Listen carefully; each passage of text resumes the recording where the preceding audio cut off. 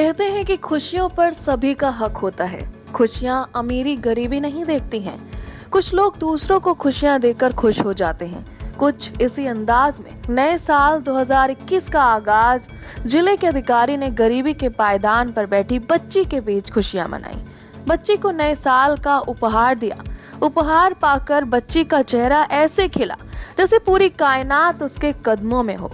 बच्ची को भी अपनेपन का एहसास हुआ, लेकिन आज जब उनके हाथों में कलम को थामे रखने के लिए उपहार दिया गया तो जिले भर का प्यार बच्ची पर उमड़ पड़ा और अधिकारी के ऐसे प्रयास की भूरी भूरी प्रशंसा हो रही है।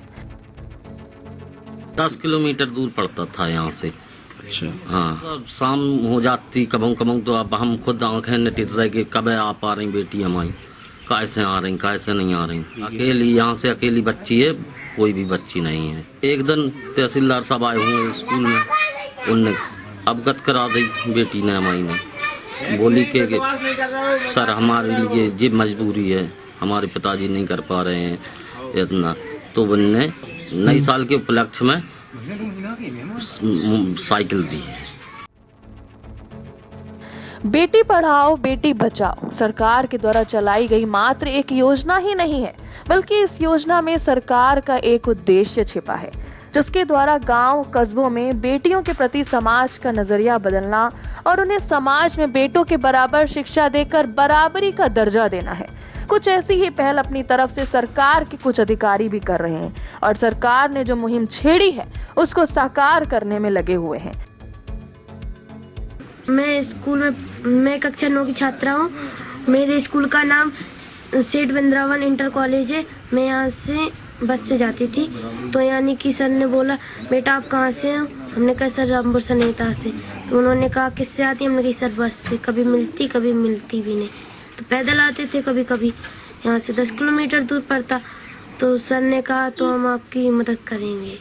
तो उन्होंने मुझे नई साल पे एक साइकिल गिफ्ट की और मुझे उन्होंने अपनी गाड़ी में बैठाला था और कहने लगे थे कि बेटा कैसा लग रहा है? हमने कहा सर बहुत अच्छा लग रहा है मुझे, आप बहुत अच्छे हो सर।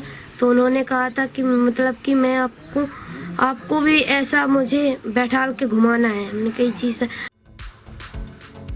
आपको बता दें कि ऐसा ही एक मामला जालौन के कोच में देखने को मिला, जब एक गरीब परिवार में पैदा हुई छात्रा के पास स्कूल जाने के लिए कोई संसाधन नहीं था। उसको अपने गांव से 10 किलोमीटर पैदल चलकर स्कूल जाना पड़ता था।